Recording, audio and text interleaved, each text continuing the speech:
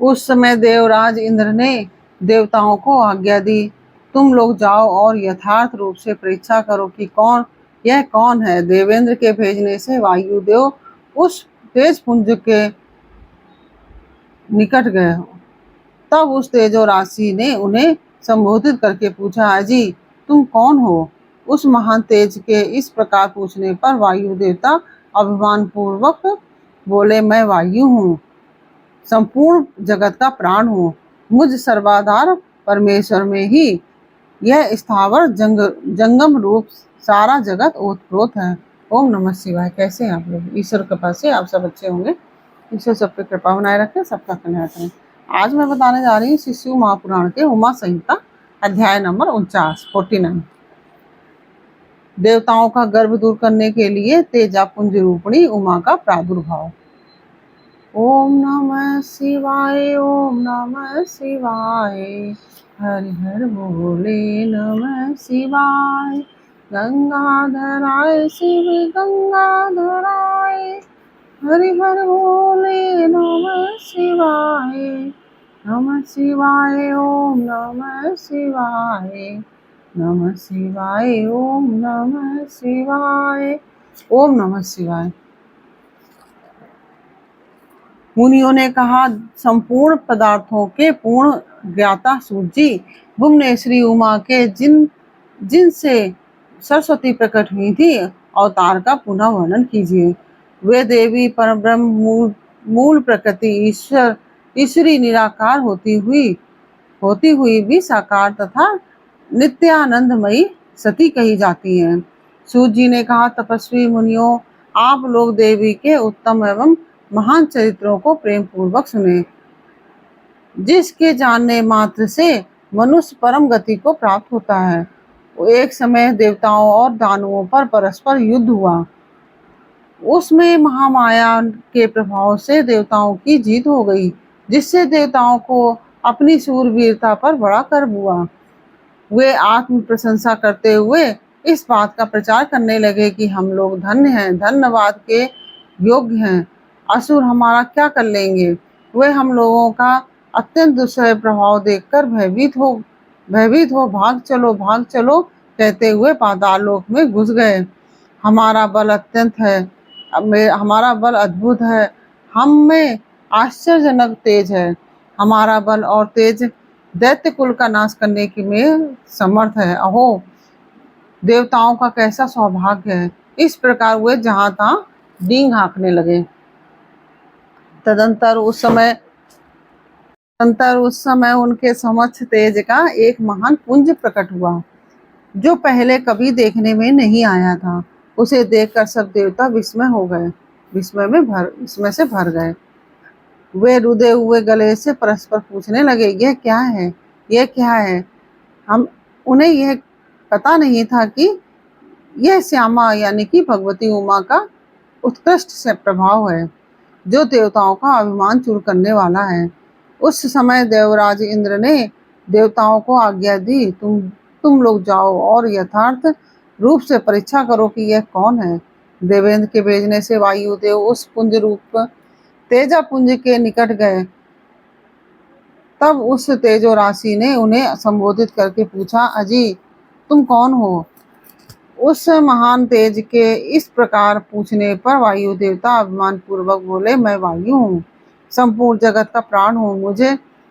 मुझ सर्वाधार परमेश्वर में ही यह स्थावर जंगम रूप सारा जगत ओतप्रोत है। मैं ही समस्त विश्व का संचालन करता हूँ।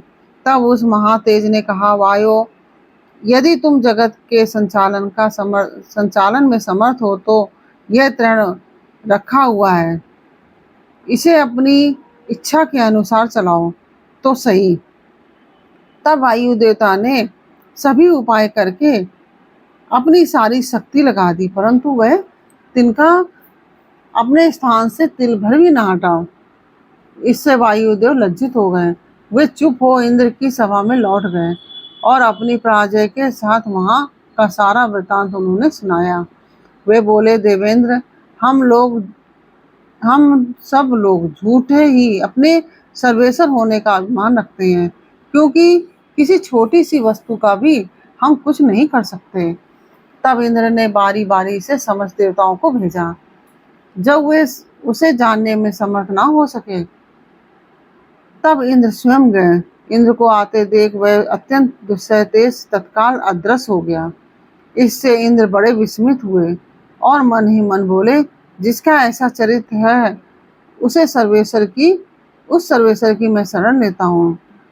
सहस्त्र नेत्रधारी इंद्र बारंबार इसी भाव का चिंतन करने लगे। इसी समय निश्चल करुणामय शरीर धारण करने वाली सच्चिदानंद स्वरूपिणी शिवप्रिया उमा उन देवताओं पर दया करने और उनका गर्भ भरने के लिए चैत्र शुक्ला नवमी को दोपहर में वहां प्रकट हुई। वे उस तेजापुंज की बीच में विराज रही थी, अपनी कांति से दसों दिशाओं को प्रकाशित कर रही थी और समस्त देवताओं को सुस्पष्ट रूप से यह जता रही थी कि मैं साक्षात परब्रह्म परमात्मा ही हूँ। वे 4 हाथों में क्रमशः वर, पाश, अंकुश और अभय धारण किए थी। श्रुतियां साकार होकर उनकी सेवा करती थी। वे बड़ी रमणीय दिखती थी तथा अपने नूतन यौवन पर उन्हें गर्व था। वे लाल रंग की साड़ी पहने हुए थी। लाल फूलों की माला तथा लाल चंदन से उनका श्रृंगार किया गया था। वे कोटि कोटि कंदर्पों के समान मनोहारिणी तथा करोड़ों चंद्रमाओं के समान चटकीली चांदनी से सुशोभित थी। सबकी अंतर्यामिणी, समस्त भूतों की साक्षिणी तथा पर ब्रह्म स्वरूपिणी उन महामाया ने इस प्रकार कहा।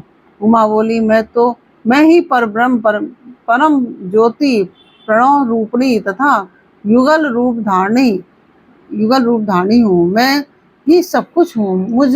मुझसे भिन्न कोई पदार्थ नहीं है। मैं निराकार होकर भी साकार हूँ। सर्व तत्व स्वरूपिणी हूँ। मेरे गुण अतर्क्य हैं।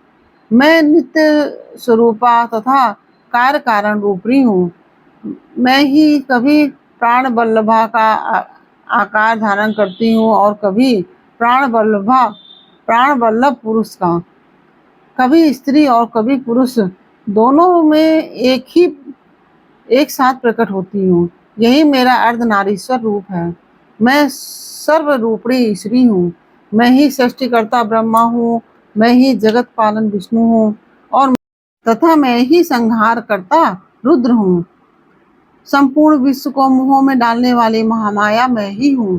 काली, लक्ष्मी और सरस्वती आदि संपूर्ण शक्तियों तथा ये सकल कलाएं मेरे अंश से ही प्रकट हुई हैं। मेरे ही प्रभाव से तुम लोगों ने संपूर्ण दैत्यों पर विजय पाई है। मुझ सर्व विजयनी को ना जानकर तुम लोग व्यर्थ ही अपने को सर्वेश्वर मान रहे हो। जैसे इंद्रजाल करने वाला सूत्रधार कठपुतली को नचाता है, उसी प्रकार मैं ईश्वरी ही समस्त प्राणियों को नचाती हूँ। मेरे भय से हवा चलती है। मेरे भय से अग्निदेव सबको जलाते हैं तथा मेरा भय मानकर ही लोकपालगण निरंतर अपने अपने कर्मों में लगे रहते हैं। मैं सर्वथा स्वतंत्र हूँ और अपनी लीला से ही कभी देव समुदाय को विजय बनाती हूँ, कभी दैत्यों को। माया से परे जिस अविनाशी परात्पर धाम का श्रुतियां वर्णन करती हैं, वह मेरा ही रूप है। सगुण और निर्गुण ये मेरे 2 प्रकार के रूप माने गए हैं। इनमें से प्रथम तो माया युक्त है और दूसरा माया रहित। देवताओं, ऐसा जानकर गर्व छोड़ो और मुझ सनातनी प्रकृति की प्रेम पूर्वक आराधना करो। देवी का यह करुणायुक्त वचन सुन देवता भक्ति भाव से मस्तक झुकाकर उन परमेश्वरी की स्तुति करने लगे। जगदीश्वरी, क्षमा करो। परमेश्वरी, प्रसन्न हो। माता, ऐसी कृपा करो जिससे फिर कभी हमें गर्व ना हो। तब से सब देवता गर्व छोड़कर एकाग्रचित हो पूर्ववत विधि पूर्वक उमा देवी की आराधना करने लगे। ब्राह्मणों, इस प्रकार मैंने तुमसे उनका प्रादुर्भाव का वर्णन किया है।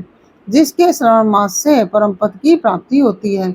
इस प्रकार से यह अध्याय पूर्ण हुआ। यह अध्याय आपको कैसा लगा ये मुझे कमेंट बॉक्स में अवश्य बताइए। अच्छा लगा हो तो वीडियो को लाइक शेयर अवश्य कीजिए और कमेंट में ओम नमः शिवाय अवश्य लिखिए। तो यदि आपने हमारे चैनल को सब्सक्राइब नहीं किया तो प्लीज़ हमारे चैनल को सब्सक्राइब कर लीजिए और बेल आइकन बटन अवश्य दबा दीजिए, जिससे कि हमारे आने वाले सारे वीडियोस आपको प्राप्त हो सकें। फिर मिलेंगे आपसे अगले अध्याय के साथ अगले वीडियो में। तब तक के लिए ओम नमः शिवाय। राधे राधे।